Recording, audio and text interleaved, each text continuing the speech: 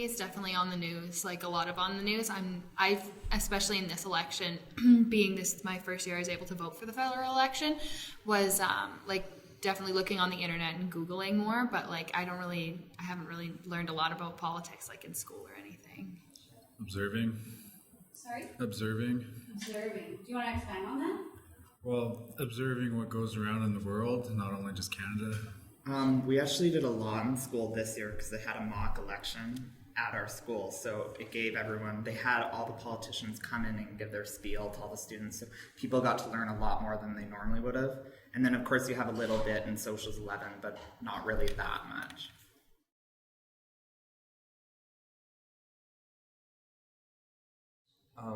For where you actually go to vote, I felt it was frustrating to find it because, like, I was lucky enough that it was less than half a kilometer from my house that I had to walk to get to it, but I didn't know where it was because the only way you knew where it was this tiny yellow sign on the side of a building saying "Vote here."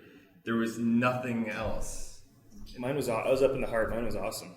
I went in and I timed it because I was reading on the internet that morning of everyone else who had already voted, and I was like, I'm going to time how long it takes me. I was in and out in 43 seconds. Wow. That was like me too. Mine was right across from my house, and I went in. I stood in line for like maybe 5 minutes and then voted, and I thought it was great. There was tons of signage, tons of identification that this was a place to vote. And I've had both experiences where I stood in line for 45 minutes and small little sign, and then this most recent one, 5 minutes in and out, well advertised, and I think it's possibly up to, it may be a reflection of the individual people responsible for setting up the voting booths. Totally. Mm-hmm. The other frustration that I had with this past election was I found it was really difficult to find information about how students register to vote. There was a lot of questions coming up about students who didn't have a permanent address in Prince George, and I heard a lot of stories of people getting very different responses depending on who they talked to from Elections Canada. Some people outright saying, you don't officially have an address, so you can't vote in this election. There were people that were getting that response from government officials when really, like, you just had to fill out some forms for declaration and have someone prove and verify that even though you don't have any ID matching your address or anything like that, you do live in this riding. So I found that there was some barriers that I think it was just certain channels that were giving misinformation, but like that was a huge problem right there, where there were people that just said, well, if someone's telling me that I can't vote, why should I bother, right? There's people walking away from that. So when you talk about a voter turnout rate, that's the number of people that actually made it to the polling station, not necessarily the number of people that tried.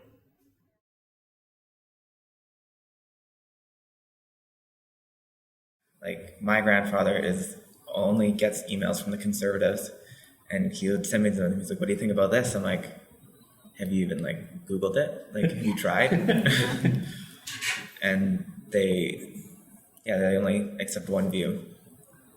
A lot of individuals that I know, especially in my cohort, they voted for a certain party and they had a consensus for one of the platforms, and everyone just jumped on board. And I asked them, I was like, do you really want that as a policy, or how would that benefit as Canada as a whole? And they just did it just out of a popularity vote. And I really do believe that youth and older folks vote differently because we think about issues in a different mindset from different times. I guess in a way then politics has become more cliquey. It's less individual and more, what's that word? Not good. I can't think of the word, but it's more like Cohesive? Yes, cohesive. And I don't know if that's a good thing because, like you said, older people, there seems to be more older people going to vote, and I don't know the numbers. I don't know what it was like in 1970, what the voter turnout was like, but maybe we should go back to that where it's more individual, because then maybe we will have a bigger voter turnout, but then again, I don't know the numbers, so. It might be more of a habit for older people.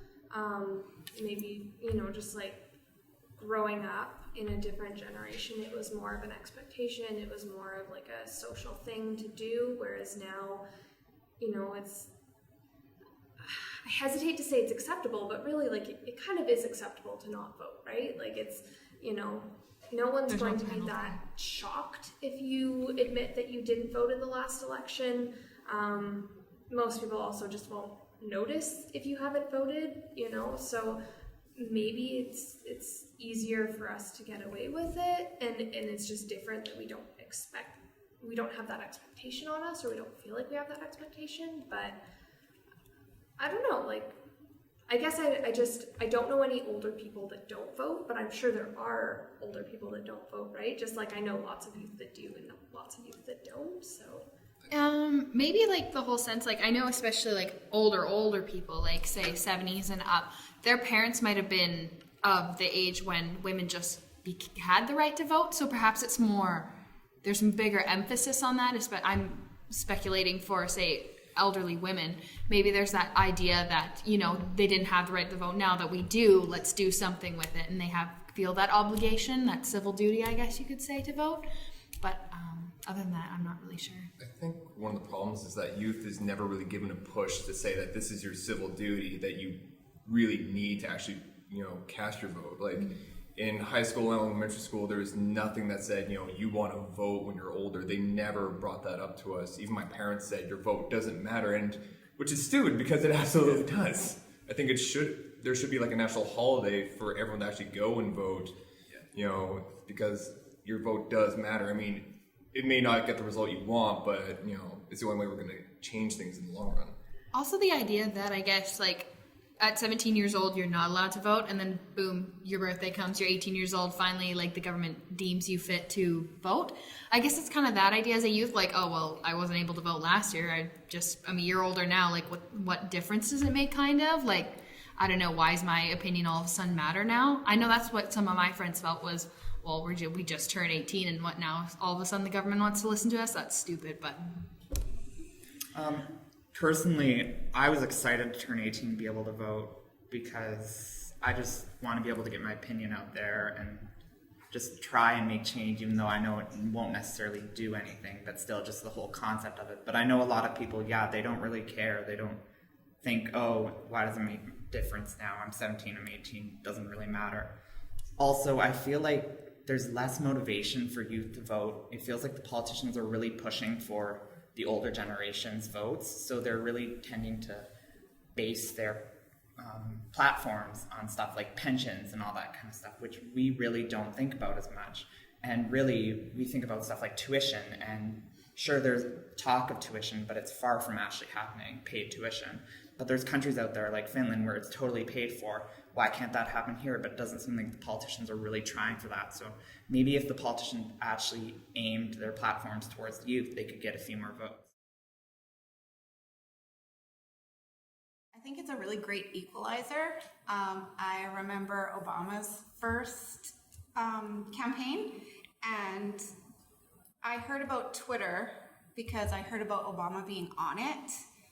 And that's how I knew what Twitter was. And I think that was brilliant, a really good way to reach youth and get them interested. And I think it's still true today. Or whatnot. So it's more difficult, I think, to get a true representation of what's really going on in the political sphere at the time, just by using social media strictly. Like, it's kind of a fun way of looking things up quickly. You get news quickly and fast that way, and just a quick snapshot. But I'll see a tweet or something, and then I'll go and actually find the proper sources of information. I feel like one problem with social media is that a lot of people get all their information just from like something small that they saw on Facebook, and then they use that as their knowledge base instead of looking into it further. So they might vote in favor of something even though they don't have the background information to actually make a knowledgeable decision on it. It's also very tailored to who your friend group is, right? Because you're seeing all of the information that your friends or the people that you choose to follow are sharing, but that often gives you a very false sense of reality if that's all that you pay attention to. So for instance, you know, if I just based the political sphere on my Facebook feed, I would think that there wasn't a single Donald Trump supporter out there in the world, because I don't see anything about Donald Trump that's positive, because none of my friends are pro-Trump, and if they were, I would unfriend them. I don't appreciate that, right? But there are lots of people out there that their entire news feed is probably all about how Trump is amazing and he's going to make America great again. So if that's all you choose to follow, then you're really living in a bubble. I think it's good for getting information in general, but doesn't get the most accurate information every time. It's more unreliable if you can just post anything to Facebook or say, oh, this person quoted or said this in a quote, and you can use that to support a candidate or, you know, attack one, and it may not even be true. So I try to stay away from social media for that kind of thing.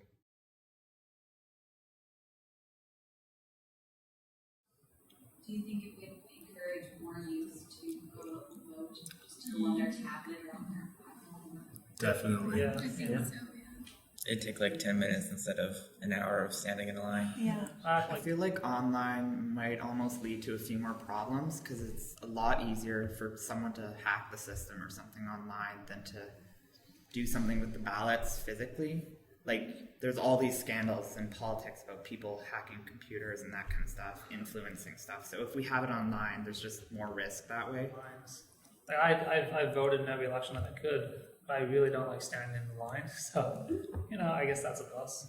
Also less privacy. I mean, if I'm on my computer at Starbucks about to cast my vote, everybody behind me can see who I'm voting for, as opposed to me being behind a ballot where it's just me there writing my ballot, sealing it and closing it.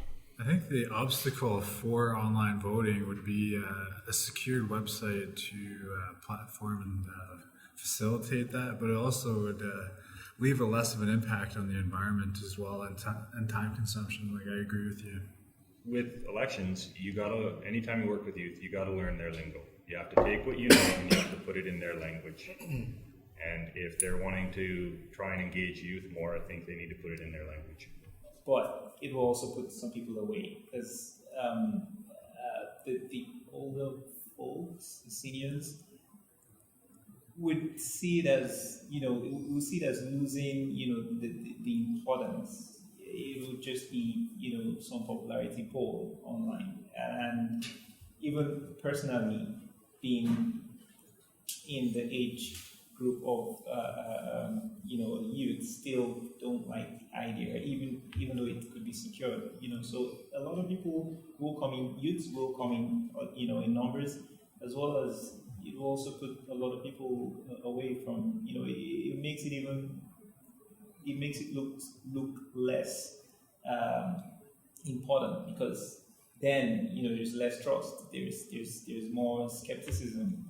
So I think it will split, the numbers still. It would just make it a lot easier, a lot faster, and a lot less hassle. I would be, concerned about the security of it, but no more than I already am. That's the thing. Like, I don't trust any election 100% or any politician 100%, but if it's more efficient and easier to get to, then I'm all for it, really. It's gonna eventually get there. It's just a matter of time. But I think the biggest question is security issues too, because it's not like Apple or something where you're going to steal 100,000 people's credit cards. Like, a hacker could dictate what happens to a country politically, like, easily. Well, not easily, but I'm sure it'll be top-notch security, but there's always someone that can beat it somewhere. So there's probably security measures that can get put in place, and we'd have to look into things, but it's going to have to go online.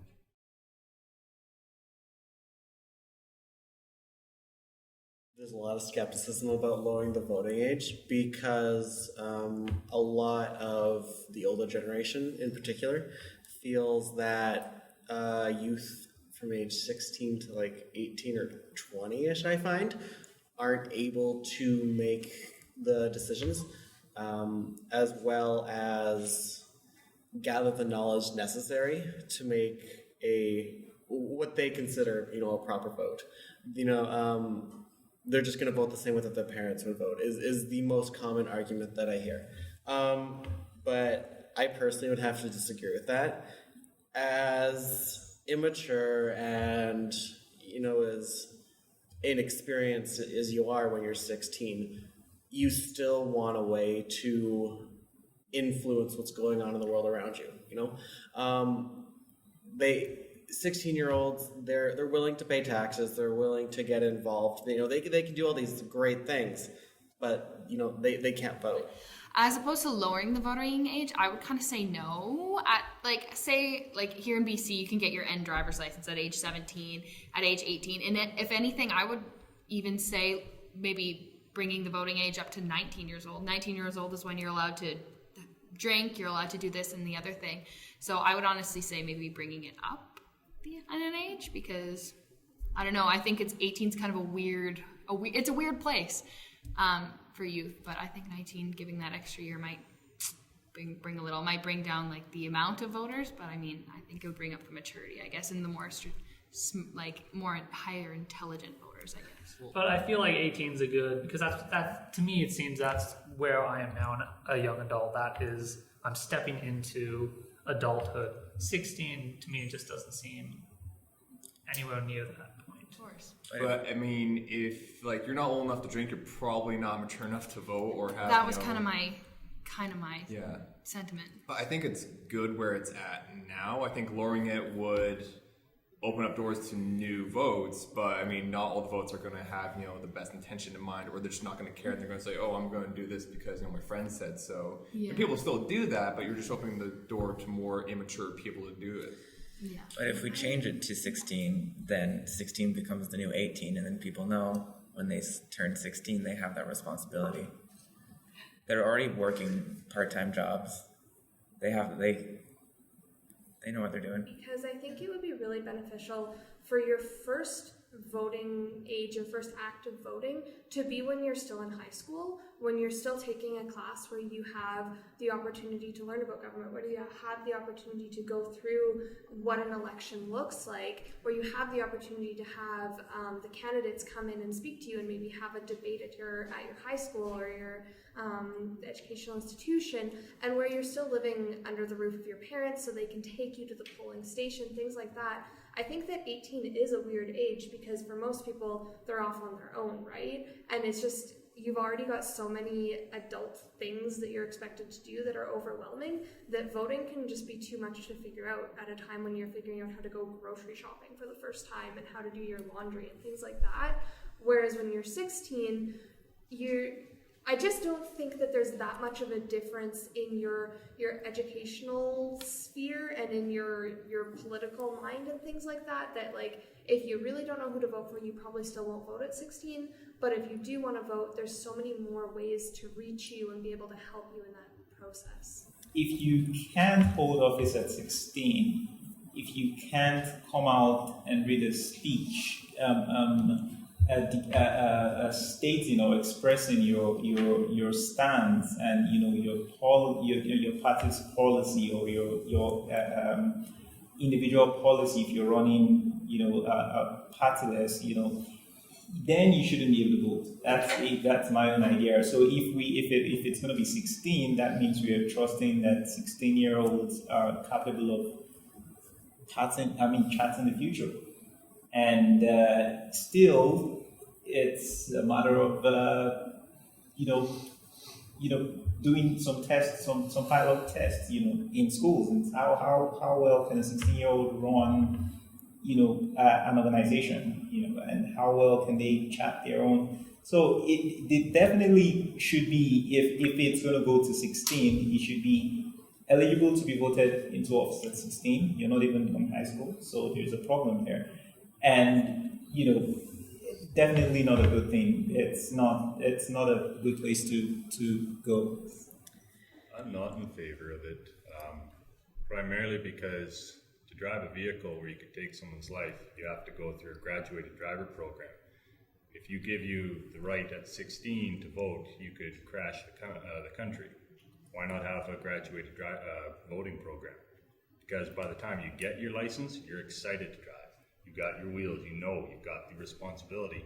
At 16, to just suddenly give someone something without explaining how it works or how it operates, I don't agree with that. Whereas if we had something similar to what our driving program is, I think that would be great. I understand that 16-year-olds, they don't have the experience. They don't really understand how everything works yet. But they should start. It's their future. They should have a right to decide who runs the country that they will be living in for the rest of their lives. But if you immerse them in like the political environment younger, then maybe when they are 18 or 19 or 20, when they start understanding how the world works and it starts impacting them, they'd be more likely to vote because they have that background knowledge. Quickly, at 16, you can have a job. You're buying things and contributing to the economy and making money and working. And not every 16-year-old is working, but some of them are. And if you are part of the working of our country in that way, I think that it's fair.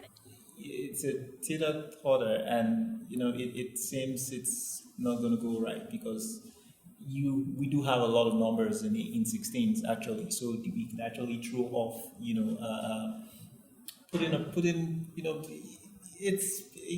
things could really go south.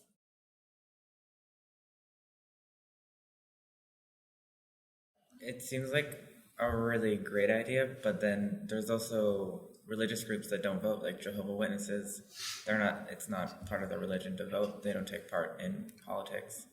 So then we're also encroaching on religious rights if we... I'm kind of against mandatory voting. I would say, like, I don't know, I have the freedom. I have the freedom to vote if I want to, and I have the freedom of choice not to. And I think taking the freedom of choice away from your citizens or, like, the people of your country is, like, I don't know, it's an invasion of their opinions. Like, if I don't want to vote, I shouldn't have to. And I think that would cause like more, like a big difference in who is becoming elected and stuff like that. Because if I don't want to vote, I'm just going to vote for whoever. And I don't think it would be an honest representation, because as much as it isn't the most honest representation when it's not mandatory, it's still, I'm going out to vote because I want this person. I'm going out because I want this person. It's not, I'm going out to vote because I have to, I guess, is my whole But I thing. can tell you about Brazil, and I know that it's a very...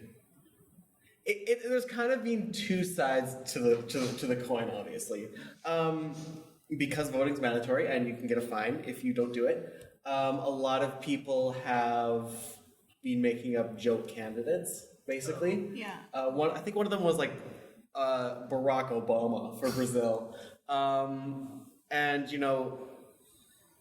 they do get votes, from people that were like, I don't like any of the candidates, I'm going to vote for Barack Obama in Brazil or something like that. But then I think it's also an important way to get people involved and get But once it becomes something you have to do, then I think it's human nature to resent being told what to do. If you have to do it, then where's the passion? Where's the strong belief? Also, if you're forced to do it, then if you don't know anything about the candidates that are up to ballot, then you'll just put your check next to anybody without a second thought, and that's no way to make an informed decision.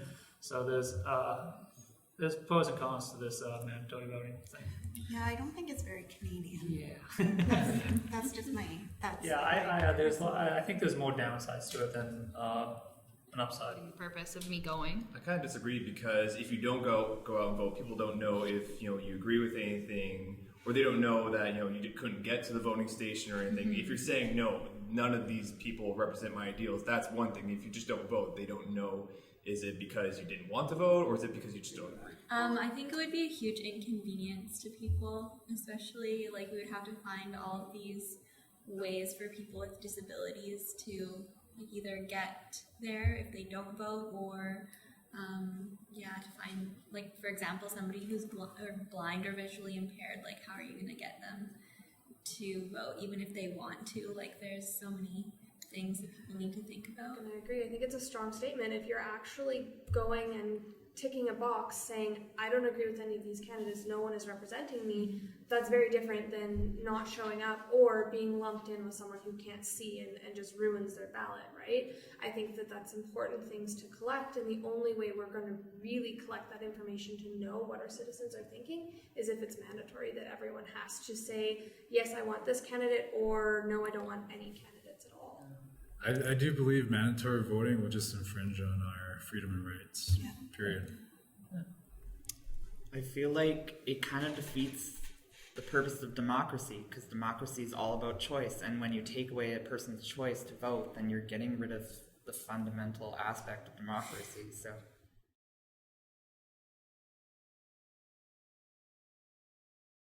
I think we need to reconsider the way that we look at identification and permanent addresses and supporting marginalized populations to vote, because those are often the people who are most directly influenced by government decisions, especially with regards to social services. And those people have some of the lowest voter turnout. So citizens who are experiencing homelessness or have other barriers to voting, I think we need to look at the way that we make it possible for them to have their voices heard as well. Everyone should, be able to vote even without ID. Has anyone here ever gone and say, well, I'm voting as someone else or wanted to? I'm a former security guard, and I can tell you how many times I came across people who altered their ID. Oh, really? I can count more. I've lost count of how many times it's happened. And I could see that too. I wouldn't be surprised. I think that me putting my driver's license out saying, hey, this is my name, this is who I'm voting for, I think that's important for there are identifying other yourself. ways to prove your identity that are actually allowed. You can bring in pieces of mail, you can bring in bills from certain bill companies, you can even bring in a pill bottle if it has your address on it. They're trying, but at the same time, I think that there are still lots of barriers and people don't know. In some cases, you can even be vouched for, and someone can sign saying that you are who you say you are. So there are options. One improvement that could be made, though, is to the vouching system. As of right now, you can only vouch for one person. So if I sign a piece of paper saying that I'm declaring someone else to be the person that they say they are and live in the place that they say they live, then I can no longer do that for anyone else. But really, why couldn't I do that for multiple people, right? What makes it invalid that I can't vouch for more than one person, especially in terms of students? So many of us, you'll know one person that has their proper ID that matches where they live, and then 5 people to that one person that need to somehow get around that system of proving that even though every piece of identification says that they live in Saskatchewan, they're actually living in Prince George and want to vote here. And so that vouching system, I know, is another limiting factor for people. How much of this is truly contributing though? Is not having the correct IDs or whatnot, is that really the factor behind someone sitting there on voting day going, I want to vote, but I don't know if I will? What percentage of that is actually the youth vote that are, on the fence about voting or can't vote because of that? I'd say it'd be I don't know, maybe 5 or 6% of the youth vote, but I don't know. But it seems to be a minor issue in my opinion, and probably the larger things to look at would be things like the core values as to how people view politics more holistically in a philosophical way. Do people really not care at all? Do they not care whatsoever? Don't pay attention to any of the parties, any politics, just go about their daily lives every day? Or are people legitimately interested in wanting to vote but are just lazy? Or what's the core reasoning behind 50% of youth not engaging in vote, right? I don't know. Making voting electronic. Different countries have systems like a voter's card. It could just be walk to the polling station and tap, and making it more technological. Taking it a little bit away from the old-fashioned paper ballot it would create more awareness. Just changing that voting platform will create more awareness. To get people looking forward to having a voter's card. Just like a driver's license. Putting some kind of a voting paraphernalia in the hands of every eligible person will definitely get them thinking of exercising their rights to vote.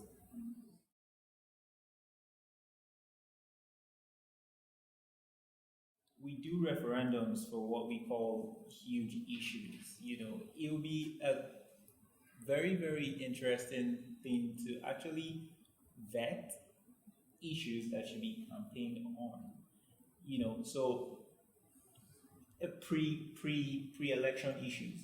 Everybody contribute what you think is important to you. What do you think the candidate should be telling us they're going to do for us and how they're going to do it.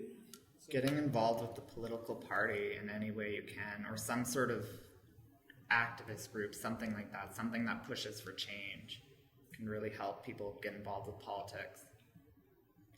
I think with social media and the internet, we have more access to our political candidates and leaders than we've ever had before. We can directly share our messages. We can easily let people know what we think, right to whoever we want to tell. It's sort of unprecedented. I can tweet whatever candidate I want to and tell them exactly what I think.